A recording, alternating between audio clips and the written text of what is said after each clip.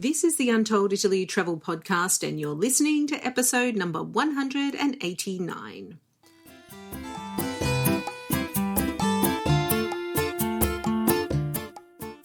Ciao a tutti and benvenuti to Untold Italy, the travel podcast where you go to the towns and villages, mountains and lakes, hills and coastlines of Bella Italia. Each week, your host, Katie Clark, takes you on a journey in search of magical landscapes, history, culture, wine, gelato, and, of course, a whole lot of pasta. If you're dreaming of Italy and planning future adventures there, you've come to the right place.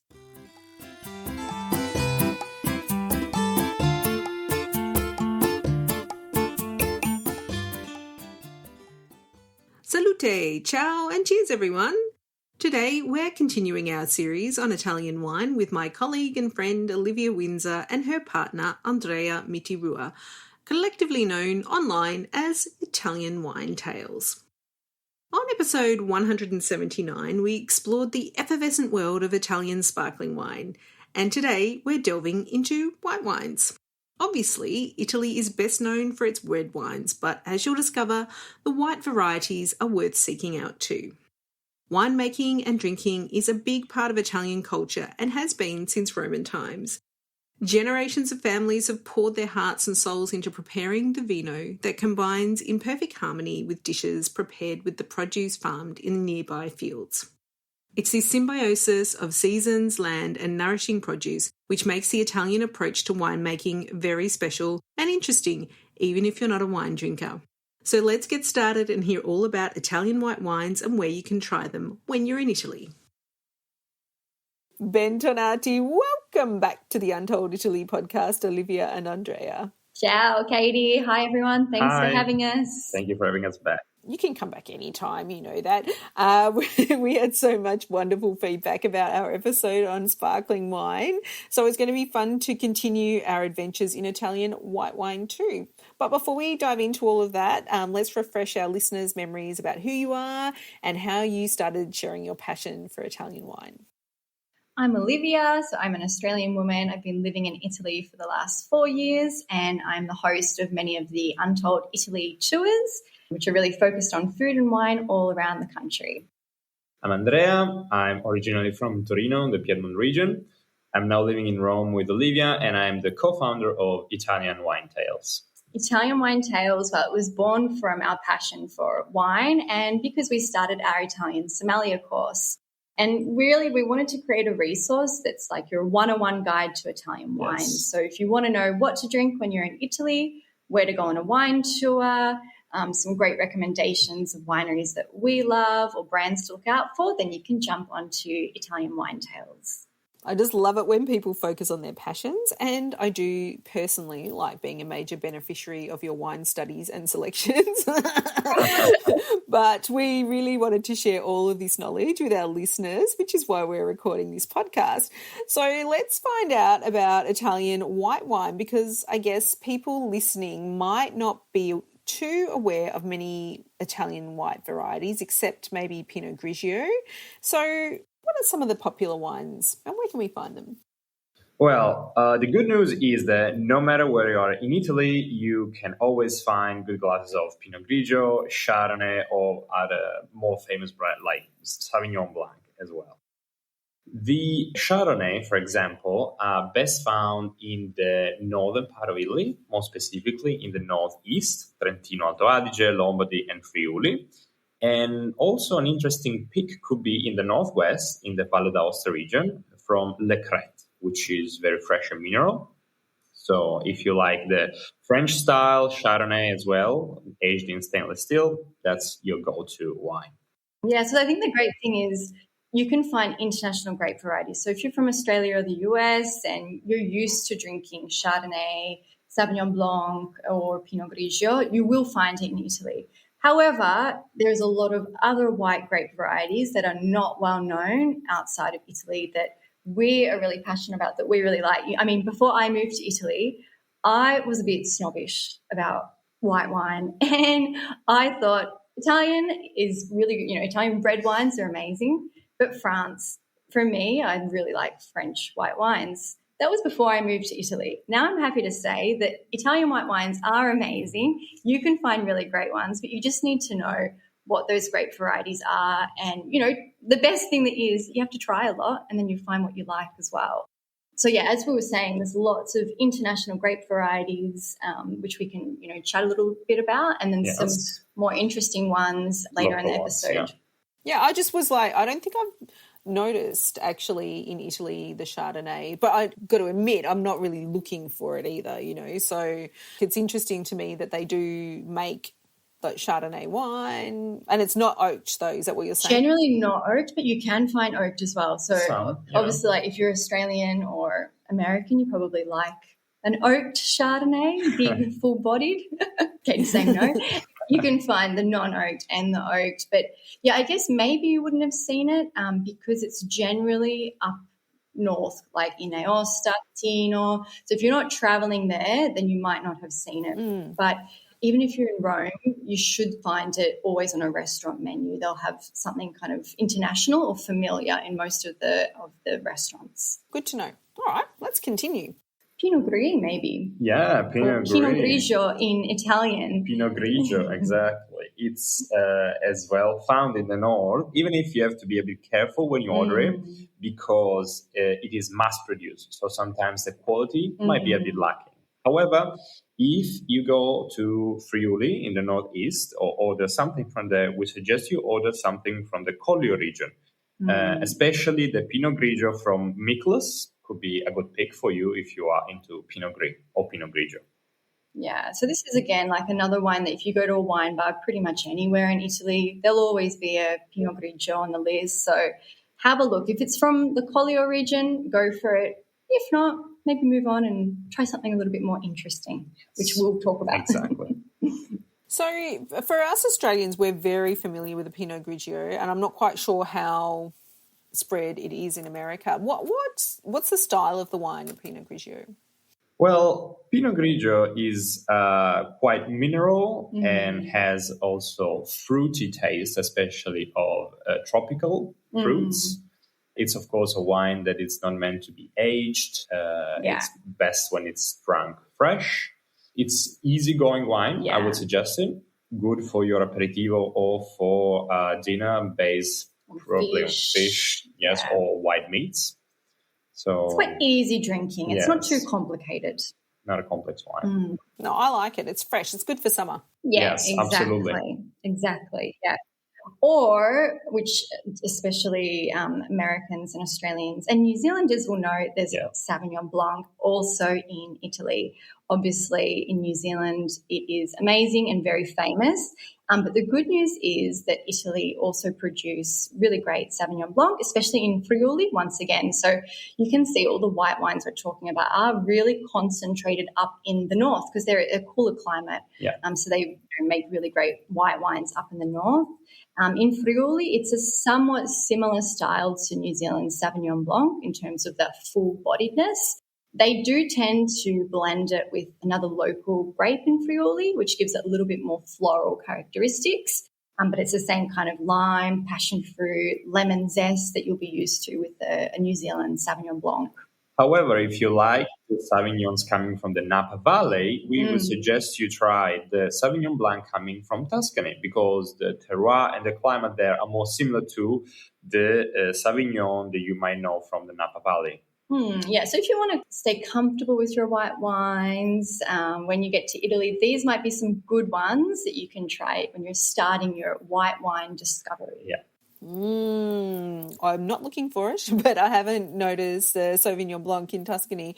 But it's so interesting. I just think, in Italy, wine production is so much part of every region, and I love how they've adapted different varieties for the terroir that's around there. It's very, very interesting. And I know we'll talk another time about red wines, but I was really surprised to hear that there was some Bordeaux being produced in Tuscany. And I was like, this is really, my mind's actually blown here. Like, what's going on? So the point is it's very creative, and we're not sort of putting ourselves in a box. We're taking the indigenous grapes, we're mixing it with international, and we're creating something that's quite delicious, which no one can argue with that. Exactly. And the other thing is it always goes perfectly with the food as well. So it's always about, in Italy, you never order a glass of wine without something to eat with it. Yes, that's the main difference. Okay, so tell us more about these white wines. Well, we were thinking about, because there's obviously so many grape varieties in Italy, so we can't talk about all of them, but we wanted to chat about ones where you're likely to be traveling.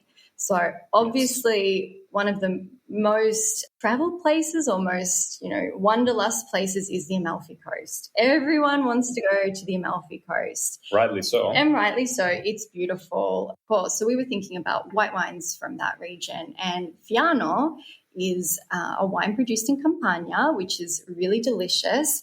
And if you're in the Amalfi Coast, this is one that you should look out for on your menu. So while it's not produced in the Amalfi Coast itself, it's in that region, Campania, which is where you'll find Amalfi. Fiano, if you haven't tried it, is like notes of pear, hazelnuts, almonds. It's quite floral, even a little bit herbal. You can think of it a little bit like an unoaked Chardonnay, a little similar to We would suggest you try, if you want to have wine too, either Tenuta San Francesco in the region or a wine tasting in Positano at Le Tre Sorelle. It's a beautiful wine room. That's a great suggestion. I love that because, most people are going to these wine. I know if you do make the effort to go inland and go exploring, I know that you're going to find some incredible experiences. Danielle Oteri mentioned some of them in a recent episode of this podcast. She'd been and, there's some amazing architecture in the wineries and just like a full experience, not just tasting wine, but the whole, everything, all the senses enlivened. So I love Fiano. I had some last night actually. I'm down with that.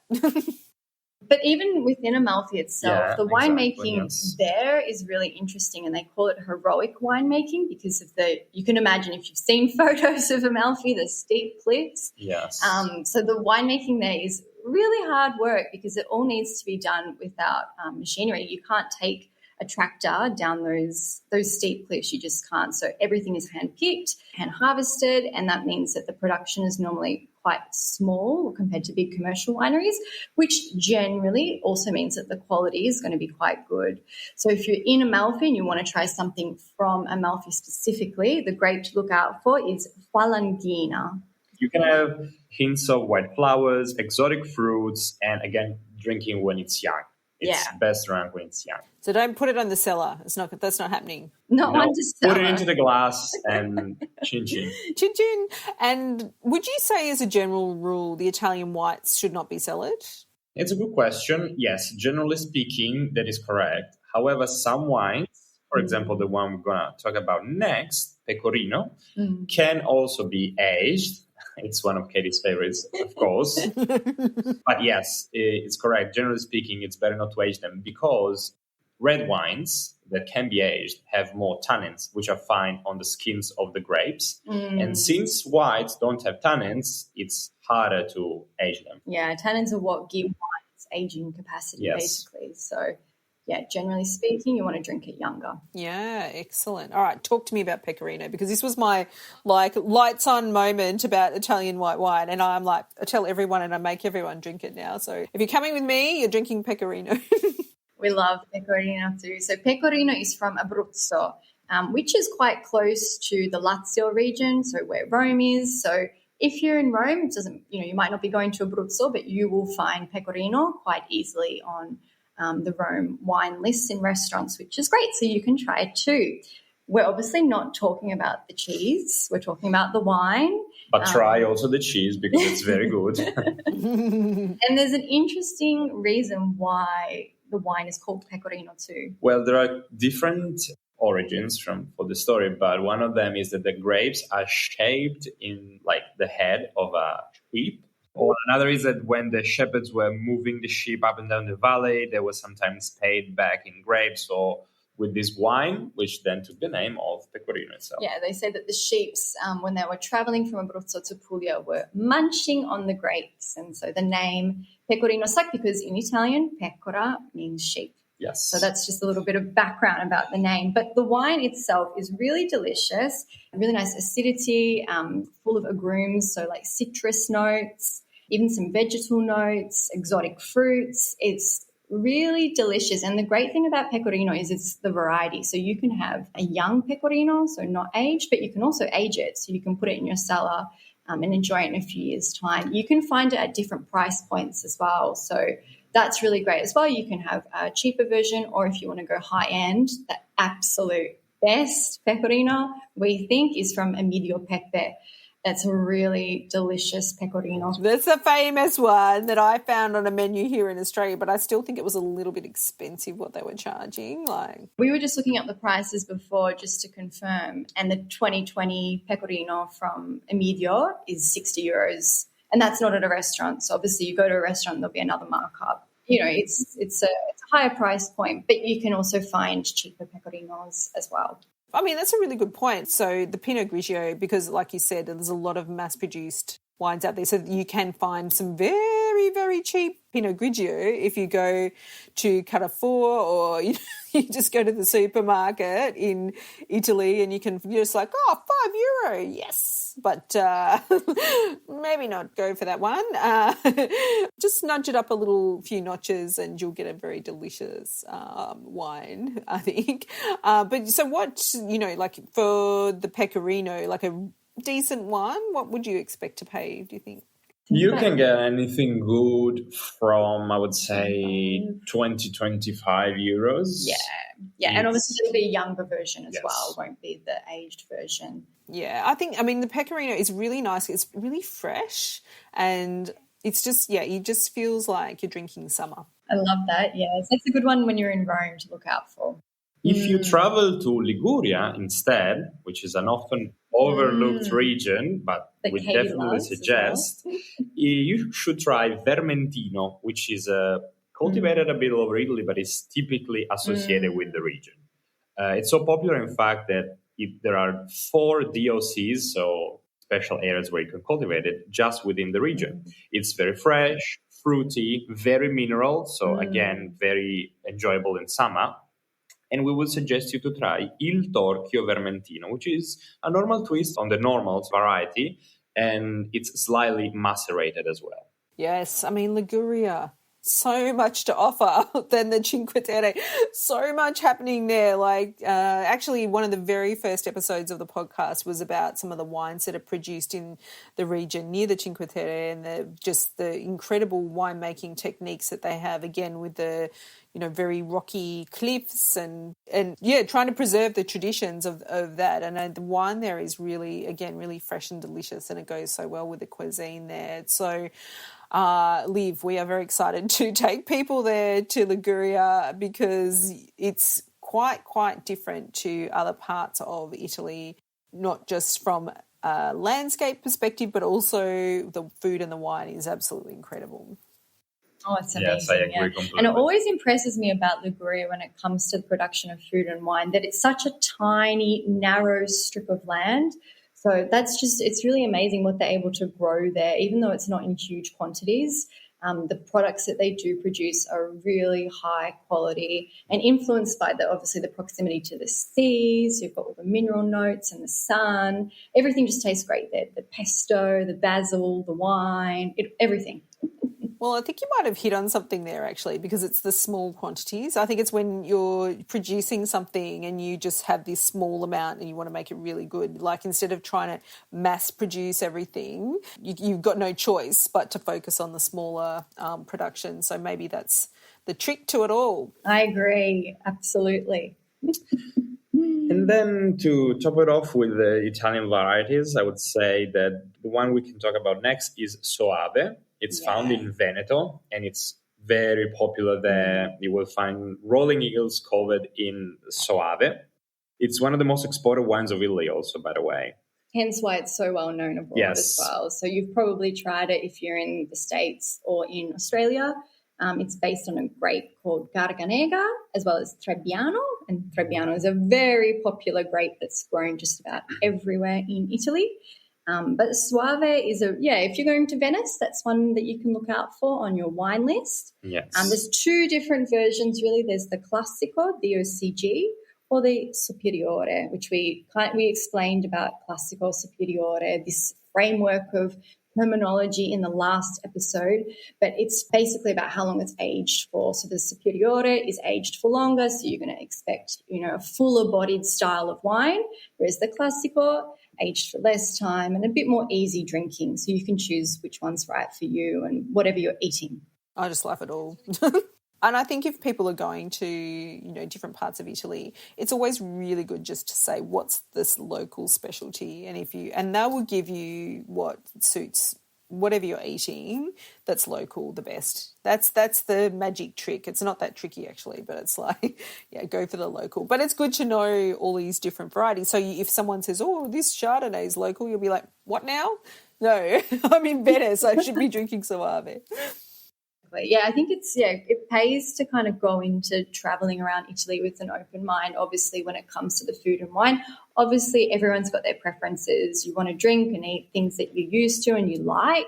But, it can be great to just chat to the sommelier at the restaurants because they receive such good training to get the sommelier license. They can really suggest what's going to be best for whatever you're eating, and it might be something that you would never have picked yourself. We're seeing it now. It's impressive how much you need to know to actually become a full-fledged sommelier, and especially to work in restaurants. It's probably an intensive course that lasts for years. Many years, Yeah, like another degree almost.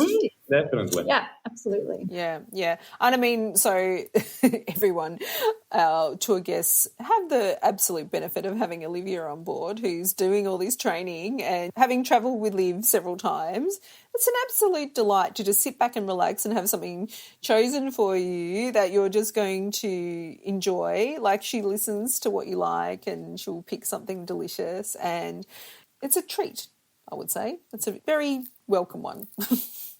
And if you find yourself in Venice, as we were saying, and you want to try Soave, you might wonder, right, where do I go to try this Soave?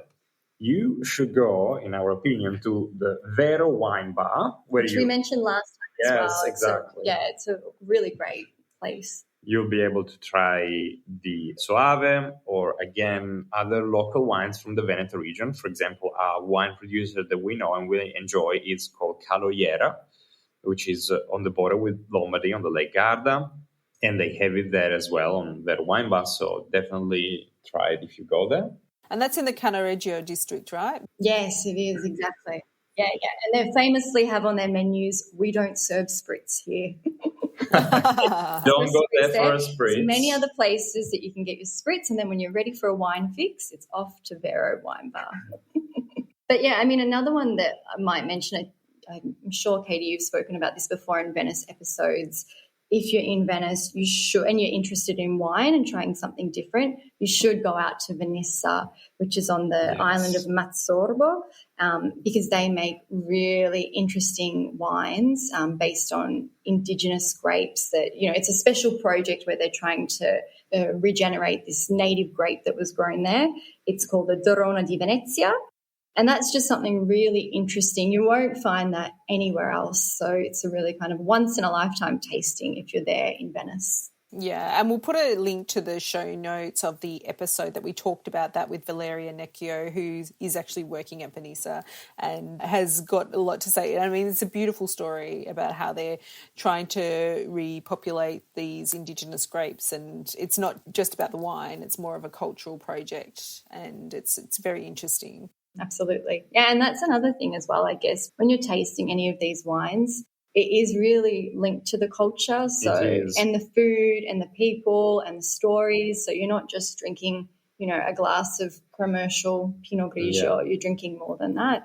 And I think that's why we're so interested in Italian wines as well. Exactly. And like how different it is, from even 100 kilometres away can be quite different, the approach to the winemaking. If you think about in Friuli to Lake Garda and on as well, very different.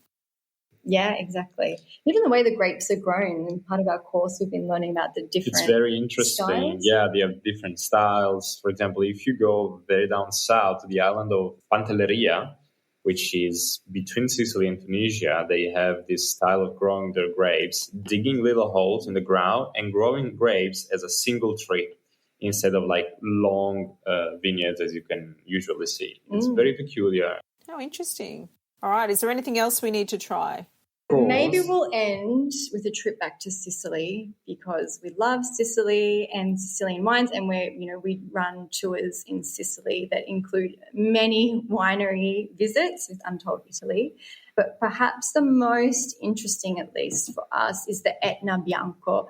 I just love the wines that are grown on Mount Etna. It's volcanic soil. They're so interesting, and I find it really cool to drink wines that are grown literally on an active volcano.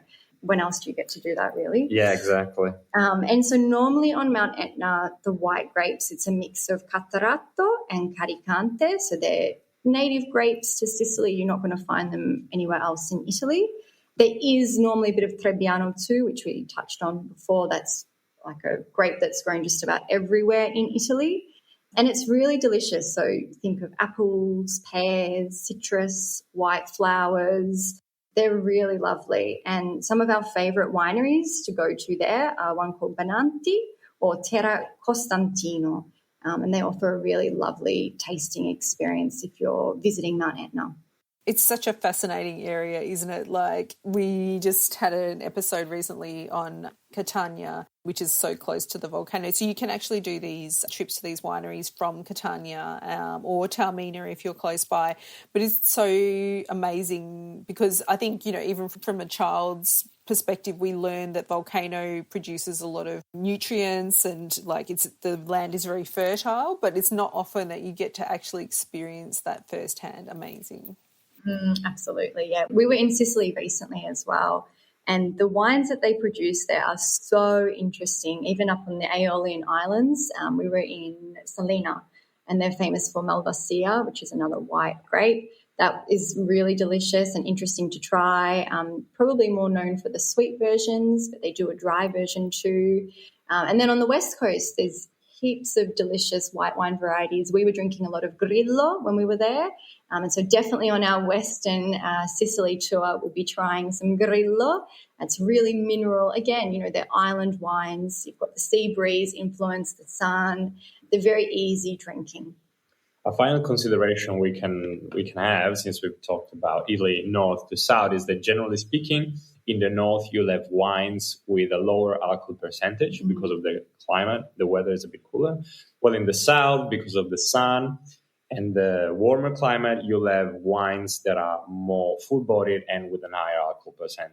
I think that's one of the things that I've learned this year is about the sun, and with climate change, it's actually really impacting. That's one of the major impacts on the wines, especially the northern ones, because they're not used to having such a high alcohol content. So, it's really interesting.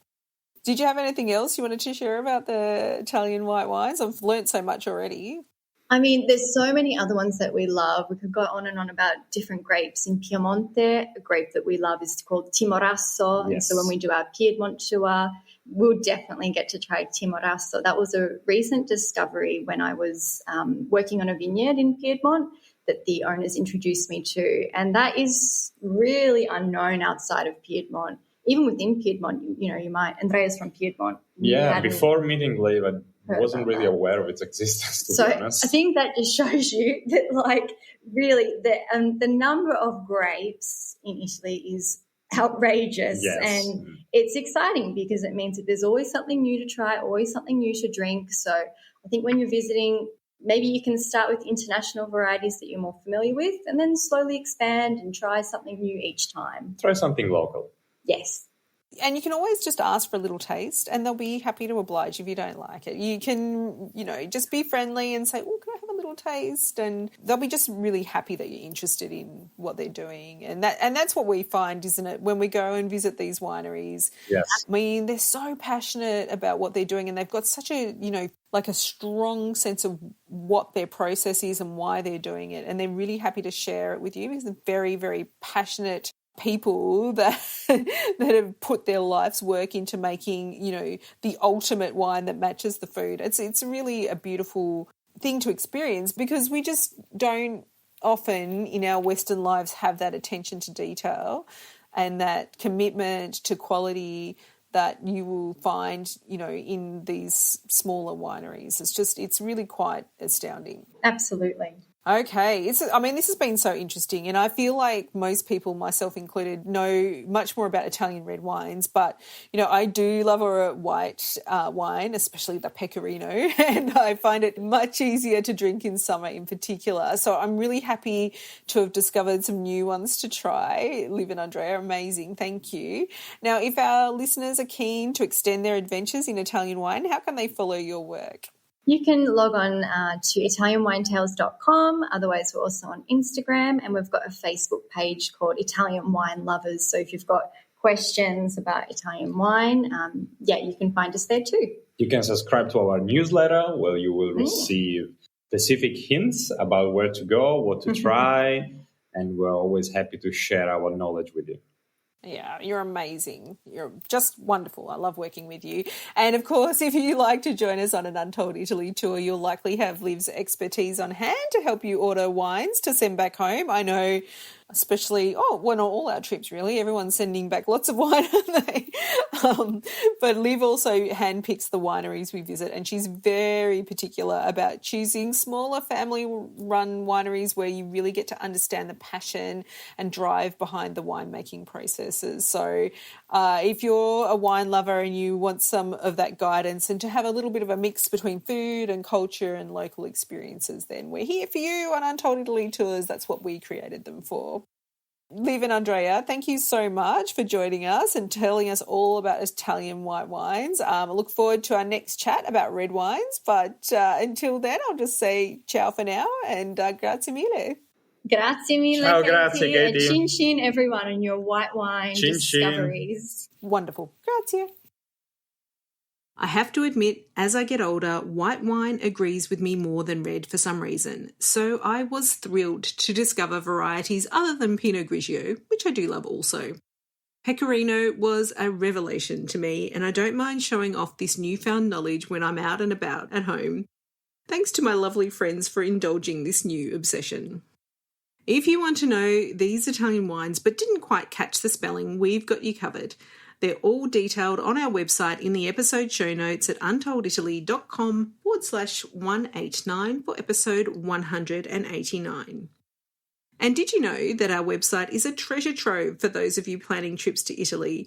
We have detailed show notes for all of our episodes and hundreds of articles to assist with your travels in Italy. Use the search function to find what you're looking for, as we add many articles a month based on feedback and research around what travellers need assistance with. We'd like to thank you all for your support of Untold Italy and your enthusiastic messages and reviews. It means the world to us that so many people from countries around the globe tune in each and every week to listen to the show. If you do enjoy it, it would be incredible if you took a few moments to write a quick review or give us a rating on your favourite podcast app. Grazie mille. Thanks in advance. We appreciate you. On next week's episode, we're visiting a beautiful northern Italian city that flies under the radar of its more glamorous neighbours, but is definitely worth making some time to visit. But until then, it's ciao for now. The Untold Italy podcast is an independent production. Podcast editing, audio production and website development by Mark Hatter, production assistance and content writing by the other Katie Clark. Yes, there are two of us. For more information about Untold Italy, please visit untolditaly.com.